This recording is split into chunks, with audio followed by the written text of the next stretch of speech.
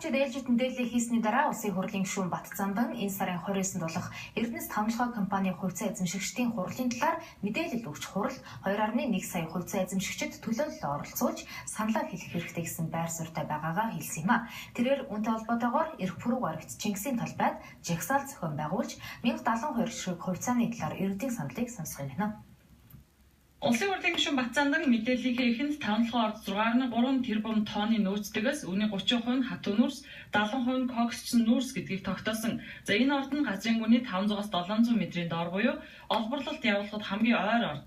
Гэтэл ийм том баялагын 1 тонныг нь $30 хятадын компанид өгөх гээд засгийн газар зүтгэж байна гэлээ. Замун хөрөнгө оруулагчаар шалгарсан MMC компани нь $2.1 тэрбум өртөө аль хэдийн дампуурлаа зарласан компани гэж Улсын хурлын гишүүн Батцаандан хэлжээ. Өөрөөр хэлбэл тэр компаниг дампуурлаас авах, тэр хувийн компаниг дампуурлаас авахын тулд 5 толгой гэдэг том ордыг бэлэг болгон өгөх гэж байна.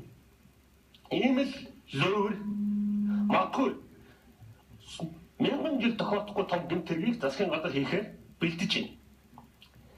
Энийг явуулахын тулд төрийн өндөрлгүүдийг бүгдийг авилгадаж авсан байна. Ерөнхийлөгчөөс эхлээд энэ компанид үйлчилж байгаа. Нуугаад ах юм байхгүй.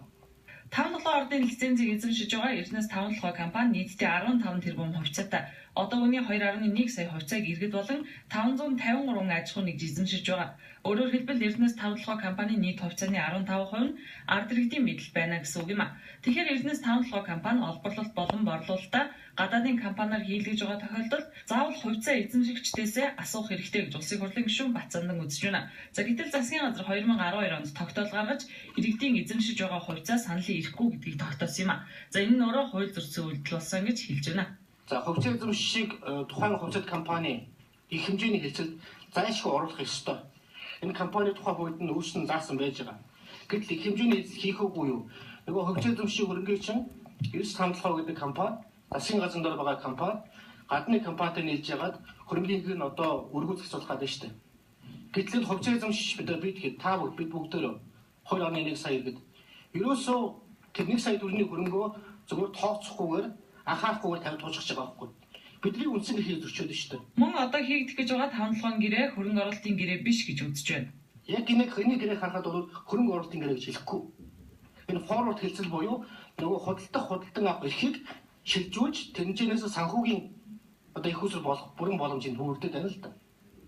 Магадгүй одоо бид нар мэдэхгүй байж байгаа хэдэн жилийн дараа одоо төслийн компани гэдэг компани Гонконгийн хөрөнгөний биржээр forward futures болоод арилжаад мөнгө усах бүрэн боломж байж байгаа.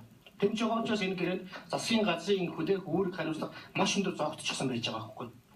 Тавталгай гэрээнд техник эдийн засгийн үндэслэл байгаа эсэхийг Улсын хурлын гишүүд сайтар нягтлж үзэхээс гадна тус гэрээний англи хувилбарт анхаарлаа хандуулах хэрэгтэй гэж үзэж байна. Англи хувилбарыг хөрөнгө оруулагч талдаа өгдөг учраас гэрээний англи монгол хувилбарыг сайтар тулгаж харах ёстой гэж Улсын хурлын гишүүдэд саналлаа. Төрийн ордноос Бямб Гэрэл Батбаяр сурвалжлаа.